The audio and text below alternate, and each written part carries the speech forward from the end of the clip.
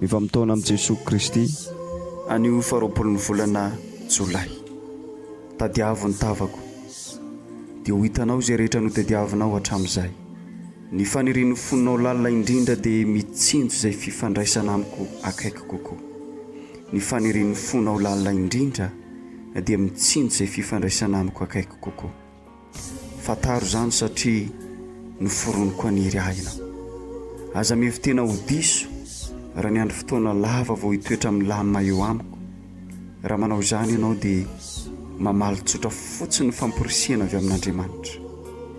Noforoniko araka ny endrika ianao ary nafieniko ao anatin'ny fonao ny lanitra. Endrika embonembona ny fanirianao iaraka amiko dia ny fanirianao ho tena any aminao any an-danitra. Aza matahotra ho hafa noho ny hafa.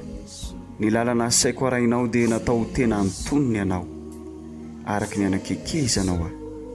Dia toy izany koa no ahafahako mampitombo ny talentanao.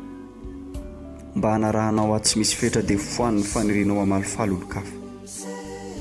Ny fanakekezanao aho dia anjary loharam-pahasoavana ho an'ny manodidina anao. Ampamirapiratra fatratra anao eo amin'ny tontolo ny espiritu ity izy.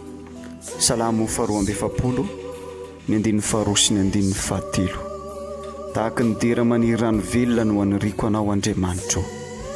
Mangitahita an'Andriamanitra aho, dia ilay Andriamanitra velona roviana no hiditra ao amin'ny tempoliny mba ho afaka iseho eo anatrehany. Salamo 4:3, ny 4. Mijery azy ianareo dia homirana, ny tavanareo tsy ho safokenatra intsony. Filipianina 4, ny 5:10.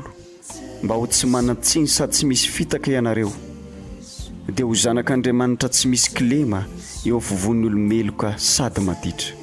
Eo fivon'ireo olona ireo dia tokony hamirapiratra toy ny kitana iny amin'ny habakabaka ianareo. Amen.